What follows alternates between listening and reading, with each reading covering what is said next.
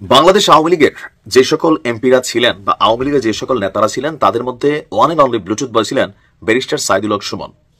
বিভিন্ন কারণে আলোচিত আবার সমালোচিত, তবে তার সাপোর্টার শ্রেণীর সংখ্যা আসলে কিন্তু বাংলাদেশে বেশি।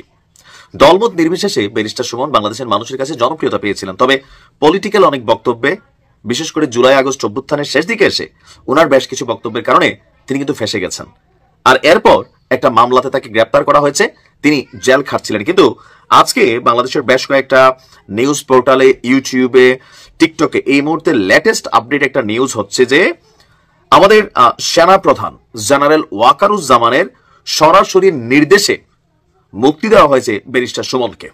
আর হত্যা মামলায় কারাগারে থাকা এই সংসদ সদস্যের মুক্তির একটা ভিডিও আমরা সোশ্যাল মিডিয়াতে দেখছি, যে তিনি একটা প্রাডো টাইপের গাড়িতে ঘুরছেন, গলার মালা, তারপর মানুষ তার পেছনে হাজার হাজার। এখন ঘটনা হচ্ছে, ঘটনাটা সত্য নাকি মিথ্যা, যে আমাদের সেনাপ্রধান কি এমন নির্দেশনা দিয়েছেন, অথবা সেনাপ্রধান যদি নির্দেশনা দিয়েও থাকেন ব্যারিস্টার সুমন কি এভাবে বের হওয়ার সুযোগ আছে? এতটুকুতে আপনাদের বোঝার উচিত যে বিষয়টা গুজব, 100% গুজব। কেন গুজব?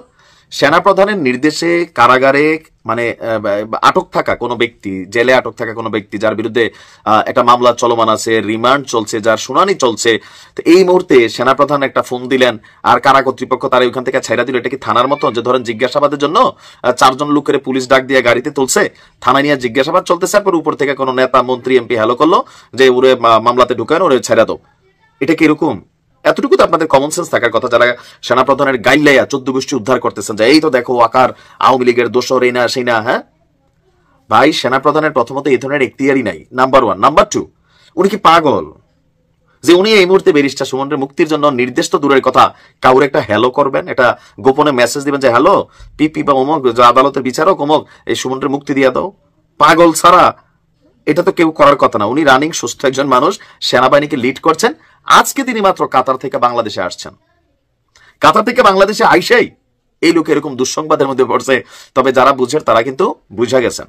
বাংলাদেশে পাড়া দিয়ে তিনি দেখলেন যে যে উনি নাকি ফোন কইরা হ্যালো কইরা ব্যারিস্টার সুমনকে মুক্তি দিয়ে দিচ্ছেন। তো এই বিষয়গুলা আসলে এক শ্রেণীর কন্টেন্ট ক্রিয়েটাররা আছে, তবে আমরা মনে করি এদেরকে আইনের আওতায় আনা উচিত। অনেক স্পর্শকাতর ইস্যু এইভাবে রাতারাতি ভাইরাল হয়ে যায়, যেটা বাস্তবতার সাথে টোটালি ভিন্ন একটা চিত্র। কিছু ভিউ পাওয়ার আশায়, কিছু মানে কি বলে যে মানুষকে বিভ্রান্ত করার আশায়, গুজব ছড়ানোর আশায়, দেশে একটা অস্থিতিশীল পরিস্থিতি তৈরি করার আশায়। কালকে দেখবেন এরকম একটা নিউজ চলে আসতে পারে, দেশে ফিরতে খালেদা জিয়াকে গ্রেপ্তার। হ্যাঁ হইতে পারে, মানে মানুষের একাংশ বিশ্বাস করবে। কেন করবে বুঝে ভিডিওটা শেষ করি। আওয়ামী লীগ পতনের পর বেশ কয়েকটা ভাইরাল ভিডিও, গুজব ভিডিও ছড়ানো হয়েছিল। একটার মধ্যে বলা হয়েছে যে ডক্টর মোহাম্মদ ইউনূসকে ট্রাম্পের একটা ভিডিও ডাবিং করা, যে ইউনূসকে সরানোর নির্দেশ দিছে, শেখ হাসিনাকে প্রধানমন্ত্রী করে বাংলাদেশে আনার নির্দেশ দিছে। এই ভিডিও দেখা সম্ভবত ফেনীতে একাধিক আওয়ামী লীগের নেতাকর্মী তারা হুন্ডা মুন্ডা নিয়ে বিজয় মিছিল দিয়ে আলাইছিল বাজারে, যে ইউনূসের ক্ষমতা শেষ, শেখ হাসিনা আগামীকালকে আসতেছে।